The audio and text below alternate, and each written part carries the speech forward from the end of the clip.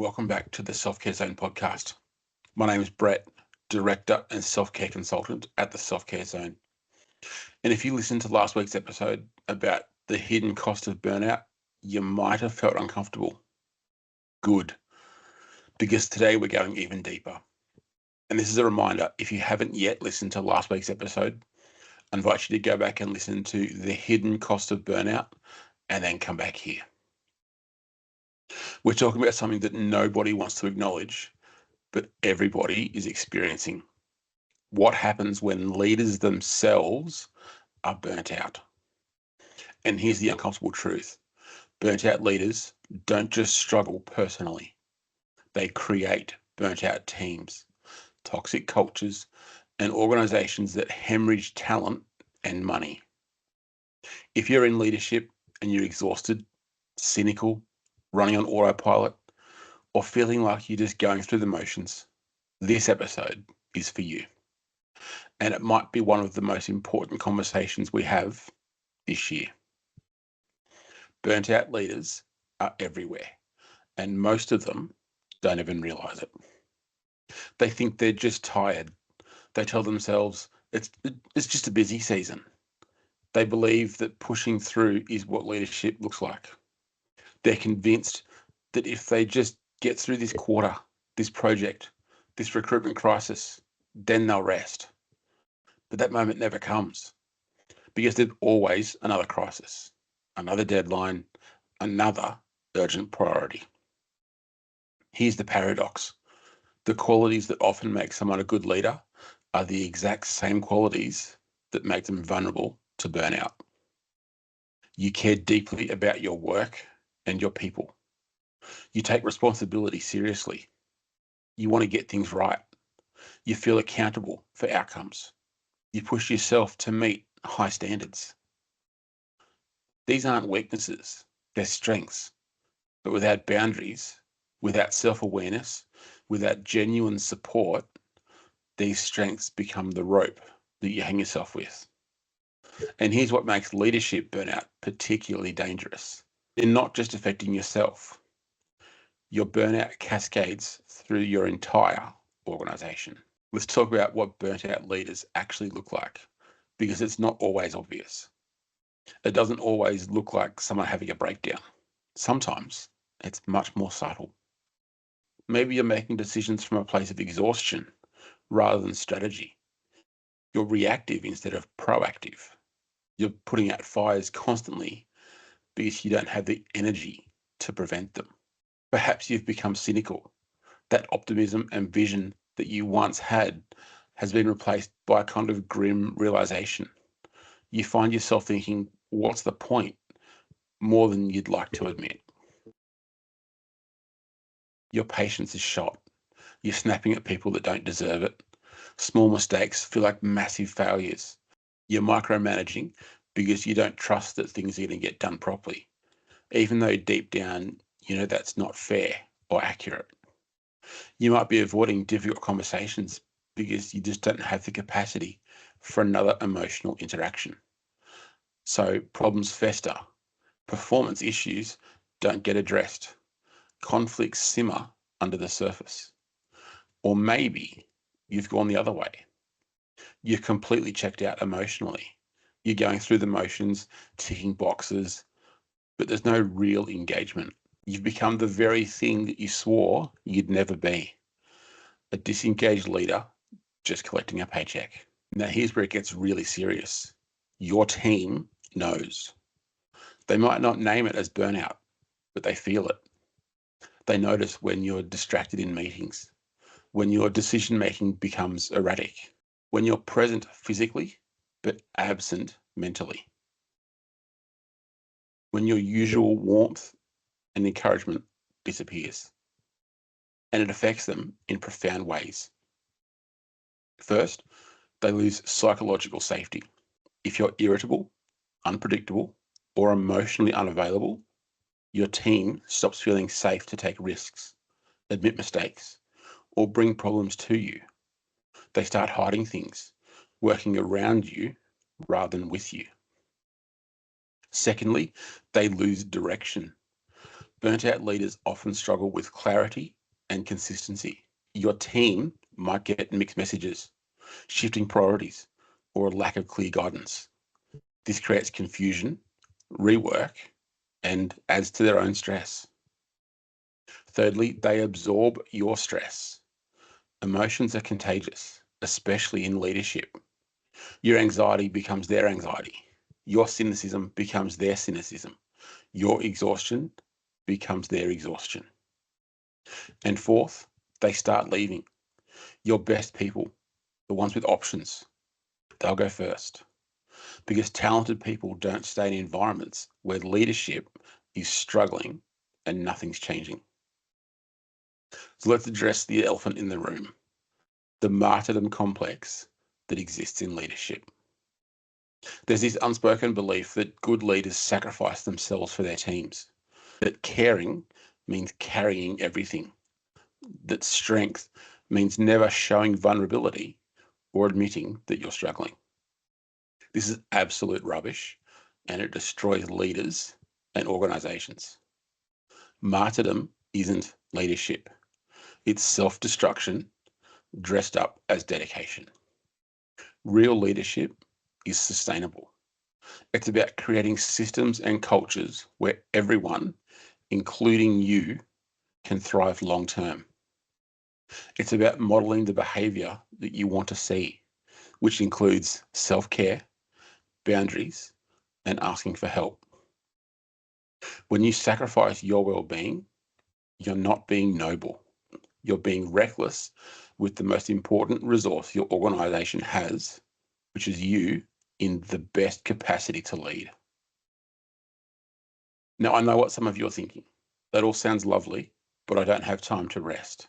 I have real responsibilities, people depending on me, targets to hit, problems to solve. I get it. I really do. But here's what you need to understand. You're not actually being more effective by running yourself into the ground. You're becoming less effective while convincing yourself it's necessary. Burnt out leaders make worse decisions. Your cognitive capacity is diminished. You miss things. You default to what's familiar rather than what's best. You make reactive choices that create more problems down the line. You stifle innovation because you don't have the bandwidth to consider new ideas or approaches. This is how we've always done it becomes your default response. Your strategic thinking suffers. You get trapped in operational detail because you don't have the mental space to lift your head and see the bigger picture. And your ability to develop your people deteriorates.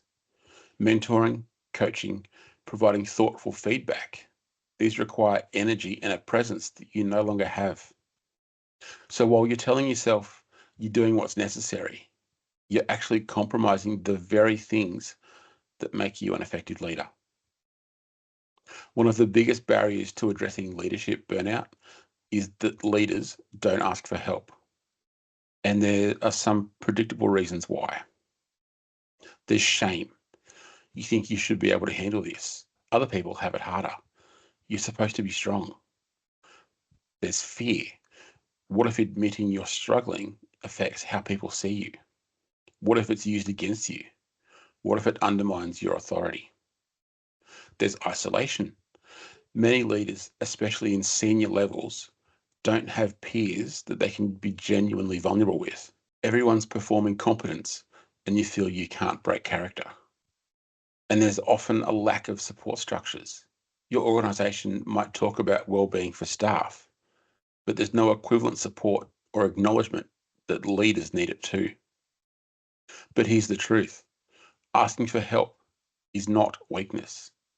It's recognizing that you're human, that leadership is genuinely demanding, and that sustainable performance requires support.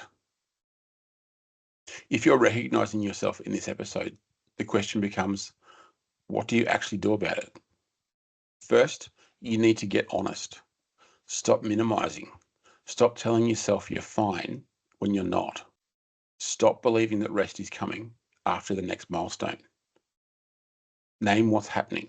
I'm burnt out, or I'm heading towards burnout. Say it out loud. Second, get support. This might be talking to your own manager or board about what's sustainable.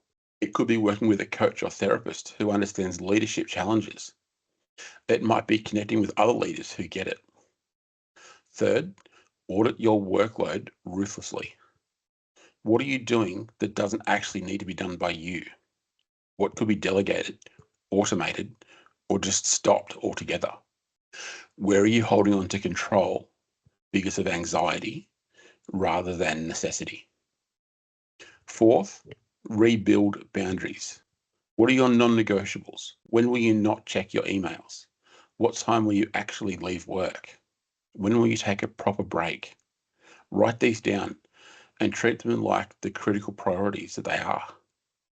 And fifth, address the root causes. Often leadership burnout isn't just about too much work. It's about misalignment between your values and your role, lack of autonomy, insufficient resources, or organizational dysfunction. These systemic issues need addressing, not just personal resilience building. If you're in a position to influence organizational culture, there are concrete things that you can do to prevent leadership burnout. Normalize realistic workloads. Stop celebrating the leader who works 70-hour weeks. Start celebrating the leader who delivers results sustainably. Create peer support structures. Leadership can be isolating. Build in regular opportunities for leaders at similar levels to connect, share challenges, and support each other. Provide access to coaching and professional development that includes well-being and sustainability, not just technical skills. Model healthy boundaries at the top. If your executives are burning out, that sets the tone for everybody below them. Build succession planning and redundancy into your leadership structure. No one person should be so critical that the organization can't function without them working unreasonable hours. And measure leadership well-being the same way that you measure other organizational metrics. What gets measured gets managed. I want to share something personal for a moment. Early in my leadership career, I had a wake-up call that I'm grateful for, even though it was painful at the time. I was running on empty, telling myself I was fine, believing that pushing through was what good leaders did. And one of my team members, someone who I really respected, pulled me aside and said something I'll never forget. She said, "You're not okay. And watching you work yourself into the ground is making all of us anxious. We're worried about you. And we're also taking notes about what this organization expects from its leaders. Is this what you want to model?" It was confronting, but it was also exactly what I needed to hear because she was right. I wasn't just affecting myself. I was affecting my entire team's sense of what was acceptable, what was sustainable, what was valued. That conversation changed how I approached leadership. It didn't make everything easy, but it made me realize that sustainable leadership isn't selfish, it's strategic. So let me ask you some hard questions. And I want you to actually sit with these, not just rush past them. When was the last time you finished a workday and felt satisfied rather than depleted? When was the last time you took a proper break without feeling guilty or checking in constantly? What would change in your organization if you were suddenly unable to work for a month? If the answer is everything would fall apart, that's not a sign of how valuable you are. That's a sign of how unsustainable your situation is. Are you bringing your best self to your role, or are you bringing whatever's left after you've depleted yourself? And perhaps most importantly, if your own child or someone that you deeply cared about was working the way you're working, experiencing what you're experiencing, would you be concerned? If yes, why are you holding yourself to a different standard? Here's something that doesn't get said enough. You're allowed to be human. You're allowed to have limits. You're allowed to need support. You're allowed to struggle. Leadership doesn't mean being superhuman. It means being human in a visible position with amplified impact. The best leaders aren't the ones who never struggle. They're the ones who struggle and recover, who face challenges and seek support, who acknowledge their limitations and build systems around them. Your vulnerability, handled well, is actually one of your greatest leadership assets because it gives your team permission to be human too. It creates psychological safety. It builds genuine connection rather than performance and pretense.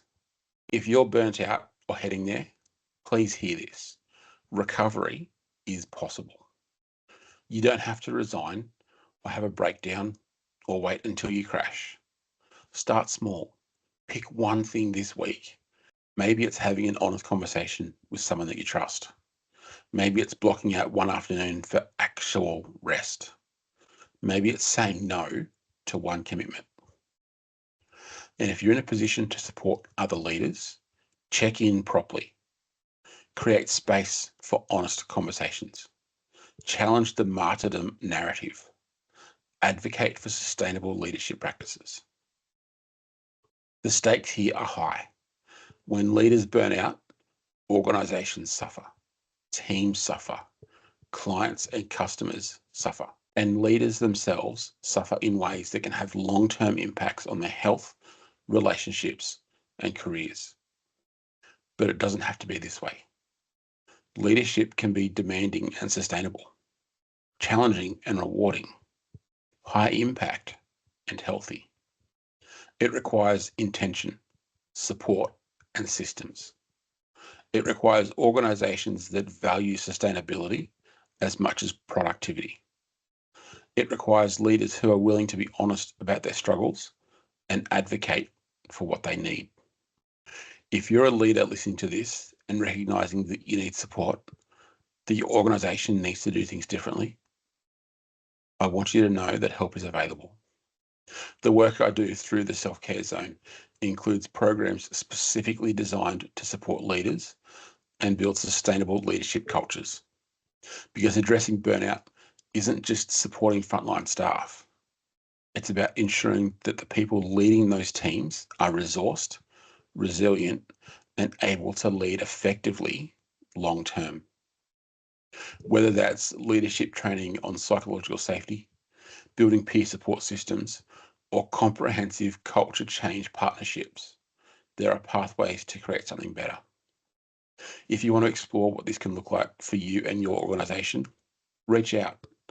Book a discovery call by sending me an email to info@theselfcarezone.com or visit theselfcarezone.com. Because sustainable leadership isn't just good for you, it's essential for everyone who depends on your leadership. So that's where we're going to leave it today. If this episode hit home, I encourage you to share it with other leaders in your network. This conversation needs to happen more widely. And if you're struggling right now, please don't suffer in silence. Reach out, talk to someone, get support. Your well-being matters, not just because of your role, but because you're a human being who deserves to be well. Leadership is hard enough without doing it burnt out. You deserve better. Your team deserves better. Your organization deserves the version of you that's rested, resourced, and able to lead from your best self. So take care of yourself, and I'll catch you next week.